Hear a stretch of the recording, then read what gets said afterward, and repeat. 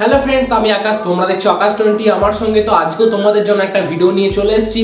তো এই ভিডিওটাও ইনফিনিক্সকে নিয়ে করব। কালকে ইনফিনিক্সের নোট 11 নিয়ে তোমাদেরকে কথা বলেছি, তো যারা এখনো দেখেনি তারা গিয়ে দেখে নাও ইনফিনিক্স নোট 11 সম্পর্কে। তো আজকেও ইনফিনিক্সের নোট 11 সিরিজের আর একটা ফোনের ব্যাপারে কথা বলবো, সেটা হচ্ছে ইনফিনিক্স নোট 11S।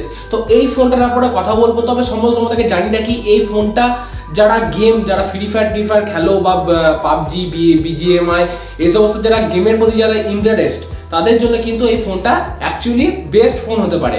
তো কি কারণে বা যদি কোনো কিছু খারাপ থাকে সেটা কি চেঞ্জেস আনলে ভালো হতো, তো এইসব ব্যাপারেও তোমাদেরকে আমি ডিটেলস এই ভিডিওতে ব্যাখ্যা করেছি।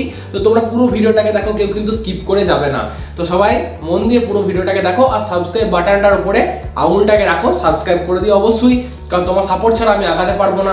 দেখো, আমি তোমাকে ফোনগুলোর ব্যাপারে বলছি, কিন্তু আমি তোমাদেরকে মানে হাতের সেট বা ফোন নিয়ে কিন্তু আমি তোমাদেরকে ভিডিও করতে পারছি না। তো সেই সুযোগটা আমাকে তোমরাই করে দিতে পারবে একমাত্র। তো সেই কারণের জন্য পুরো ভিডিওটাকে দেখো, সাবস্ক্রাইব অবশ্যই করো।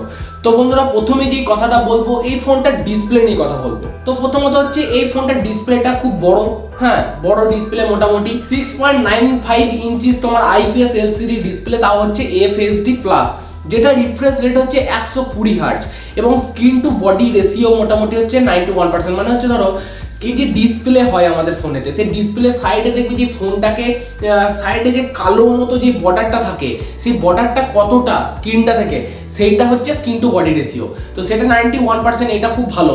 আর টাচ সিম্পলিং রেট হচ্ছে 180 হার্জ। টাচ সিম্পলিং রেট মানে হচ্ছে তুমি ফোনটা ধরো কোনো অ্যাপস খুলছো, বা ধরো তুমি গেম খেলছো, মানে যে কোনো অ্যাপস বা ফোনটা কত তাড়াতাড়ি ফাস্ট কাজ করবে, তো সেটা হচ্ছে টাচ সিম্পলিং রেট। তো সেটা হচ্ছে 120 হার্জ। তো মোটামুটি ওভারঅল যদি দেখো, মোটামুটি খুব ভালোই। এবং গোটা ডিসপ্লেটাকে প্রোটেক্ট করার জন্য এখানে দিয়েছে NEG গ্লাস প্রোটেকশন। তো NEG গ্লাস প্রোটেকশনটা সম্ভবত এটা গরিলা গ্লাস 3 মতোই বটে আর কি। তো মানে গরিলা গ্লাস 3 যেরকম কোয়ালিটি, এই NEG প্রোটেকশনটাও কিন্তু সেম কোয়ালিটির। তো এইসব দিয়ে কোনো অসুবিধা নেই, ডিসপ্লে খুব সুন্দর দিয়েছে। তবে এই জায়গায় একটু চেঞ্জেস আনলে ভালো হতো। এর প্রাইসটা আমি তোমাদেরকে শেষে গিয়ে বলবো। তো নোট 11-এর যে প্রাইস, তার থেকে কিন্তু এর প্রাইসটা একটু বেশি আছে। তো সেই কারণের জন্য কিন্তু এখানে IPS LCD ডিসপ্লে দিয়েছে, সেই জায়গায় অ্যামোলেড ডিসপ্লে দিলে মোটামুটি আর একটু ভালো হতো। কারণ ওই বাজেটে যদি অ্যামোলেড ডিসপ্লে দিতে পারে, তাহলে এই বাজেটে মানে এর থেকে একটু বেশি, নোট 11 থেকে একটু বেশি বাজেট, সেহেতু অ্যামোলেড ডিসপ্লে দেওয়াটা দরকার ছিল। তো যাই হোক, দেয়নি। তো এরপরে যেটা বলবো সেটা হচ্ছে এই ফোনটার প্রসেসর নিয়ে। তো এখানে তুমি মিডিয়াটেকের প্রসেসর হবে, G96 প্রসেসর। তো এটার তোমার কি বলবো, গ্রাফিক্সটাও মোটামুটি খুব ভালো এবং এই প্রসেসরটার কোয়ালিটিও খুব ভালো, যেই কারণের জন্য তোমাদেরকে গেম খেলতে আরও ইন্টারেস্ট তৈরি করবে আর কি। তো যারা BGMI খেলবে, এই ফোনটা যদি তোমরা BGMI খেলো, মিড হাই সেটিংসে খেলতে পারবে। আর যারা পাবজি খেলতে চাইছো, তারা মোটামুটি ওই আলট্রা এবং হাই সেটিংসে মোটামুটি খেলতে পারবে। এবং এটা তোমাদেরকে যদি বলি, এই ফোনটার অন্তুতু স্কোর মানে হচ্ছে ধরো এই প্রসেসরটা যে G96 প্রসেসরটা, এটার মানে অন্তত স্কোর হচ্ছে 3,20,000 অন্তত স্কোর। তো চিন্তা করে দেখো, 3,20,000 যদি অন্তত স্কোর হয়, তার মানে পারফরমেন্সটা খুব ভালো, মানে গেমের জন্য কিন্তু বেস্ট হতে পারে। কারণ পারফরমেন্স ভালো না হলে কিন্তু গেম ভালো খেলতে পারবে না, ল্যাগ করবে। তো পারফরমেন্সের দিক থেকে কিন্তু এই ফোনটা বেস্ট হতে পারে। এরপরে বলি এই ফোনটার র্যাম রমটা নিয়ে। তো এটার টোটাল দুটো ভেরিয়েন্ট আছে, একটা হচ্ছে 664 আর একটা হচ্ছে তোমার 8/128 যে ভেরিয়েন্ট, ওটা ফ্রি ফায়ার ভেরিয়েন্ট। তো দেখতে পাবে পিছনে ফ্রি ফায়ার মানে লেখাটা, মানে ফ্রি ফায়ারের ছবি রয়েছে। তো এটা হচ্ছে তোমার ফ্রি ফায়ার ভেরিয়েন্ট, যেটা টপ ভেরিয়েন্ট। আর এই লোয়েস্ট ভেরিয়েন্টটা হচ্ছে 664। তো যাই হোক, মোটামুটি ভালো। এবং সব থেকে তোমাদেরকে একটা কথা বলি, র্যামটা দিয়েছে LPDDR4X, র্যামটা ভালো আছে। এবং স্টোরেজ টাইপটা যেটা 64 বা 128, এটা হচ্ছে UFS 2.2। এই ফোনটা যে বাজেট, তোমাদেরকে আমি শেষে গিয়ে বলছি, কিন্তু এই বাজেটে কিন্তু UFS 2.2 কিন্তু কেউ দেয় না। কিন্তু এই জিনিসটা খুব ভালো দিয়েছে, স্টোরেজ টাইপটা কিন্তু অনেকটা ফোনে ম্যাটার করে। তো সেই স্টোরেজ টাইপটাও কিন্তু জানাটা দরকার, সেই কারণের জন্য তোমাদেরকে আমি ভেঙে বললাম। তো এরপরে বলি OS, অপারেটিং সিস্টেম নিয়ে। দেখো, অপারেটিং সিস্টেম কিন্তু XOS 10 দেওয়া আছে, যেটা নোট 11-এ ছিল। সেম তোমার OS কিন্তু এখানে দেওয়া আছে, যেটা হচ্ছে তোমার Android 11 বেস্ট। এবং এই ফোনটার মধ্যে তোমার তুমি আইকন চেঞ্জ মোটামুটি সব করতে পারবে। তো মোটামুটি OS অপারেটিং সিস্টেম মোটামুটি ভালো। তবে Android 12 কবে আসবে জানি না এই ফোনটার মধ্যে, তবে আসার চান্স আছে। তবে একটা জিনিস কি, মানে এই ফোনটার আপগ্রেডটা, মানে সিকিউরিটি আপডেটটা, সেটা হচ্ছে অক্টোবরে। তবে আমার এই জায়গাটা একটু মানে একটু কোথাও যেন একটু মানে একটু কিন্তু কিন্তু ভাব লেগেছে, কারণ XOS 10 এটা যদি একটু আপগ্রেড হতো তাহলে জিনিসটা ভালো হতো, মানে একটু আপগ্রেড করলে না জিনিসটাকে, তাহলে আর একটু জিনিসটা ভালো বা কিছু পাওয়া যেতে পারতো।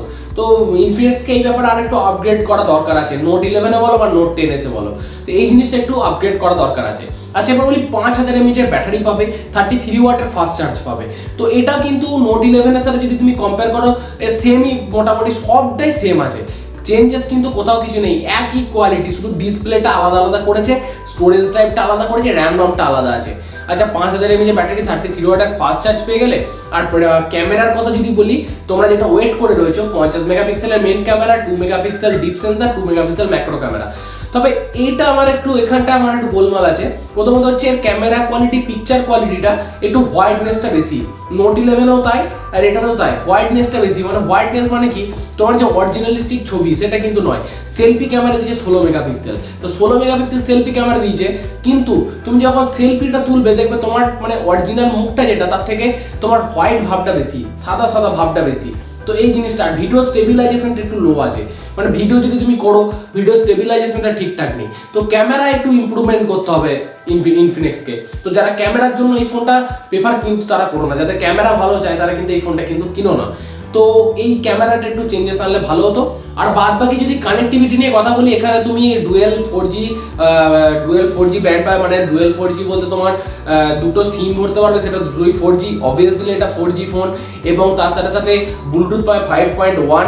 এর প্রাইসটা হচ্ছে 12,999, মানে 13,000 টাকা। আর নোট 11 ছিল 11,999, মানে 12,000 টাকা। তো এখানে দেখো, আর টপ ভেরিয়েন্টটার দাম হচ্ছে এখানে 8128টার দাম হচ্ছে মোটামুটি 15,000 টাকা যাবে, 14,999। তো দেখো যারা গেমিং এর জন্য ফোন কিনতে চায় তাদের জন্য কিন্তু মোটামুটি ভালো এই ফোনটা, বা কানেক্টিভিটির জন্য যারা ফোন কিনতে চায় তাদের জন্য কিন্তু এই ফোনটা কোয়ালিটি ভালো। বাট আমার একটা কি এই ফোনটা খারাপ লেগেছে, শুধুমাত্র ডিসপ্লে চেঞ্জেস রয়েছে, ঠিক আছে, ডিসপ্লেটা ওখানে দিয়েছে অ্যামোলেড, এখানে দিয়েছে IPS LCD। আচ্ছা র্যাম রমটা ওখানে 464 ভেরিয়েন্ট, এখানে 664 এবং 8128 দুটো ভেরিয়েন্ট করেছে। আচ্ছা প্রসেসরটা ডিফারেন্স আছে, ওখানে তোমার G88 প্রসেসর আছে, এখানে G96 প্রসেসর আছে। তো এই সব দিকেই একটু চেঞ্জেস আছে, বাদ বাকি সব এক। বা এই যে ফোনটার প্রাইস 1,000 টাকা বেশি, তাহলে এখানে কেন অ্যামোলেড ডিসপ্লে দিল না, এখানেও অ্যামোলেড ডিসপ্লে দেওয়াটা দরকার ছিল। তবে এটার মানে পারফরমেন্সটা কিন্তু খুব ভালো, যারা গেমিং এর জন্য ফোন কিনতে চাই বারবার বলছি তারা কিন্তু এই ফোনটা প্রেফার করতে পারো। তো বন্ধুরা এই ভিডিওটা কেমন লাগলো সেটা আমাকে কমেন্ট করে জানাবে, আর সাপোর্ট করো, পাশে থাকো। তো অন্য একটা ভিডিওর সাথে তোমার সাথে দেখা হবে, ততক্ষণের জন্য সুস্থ থাকো। আজকের মতো চলি, নমস্কার।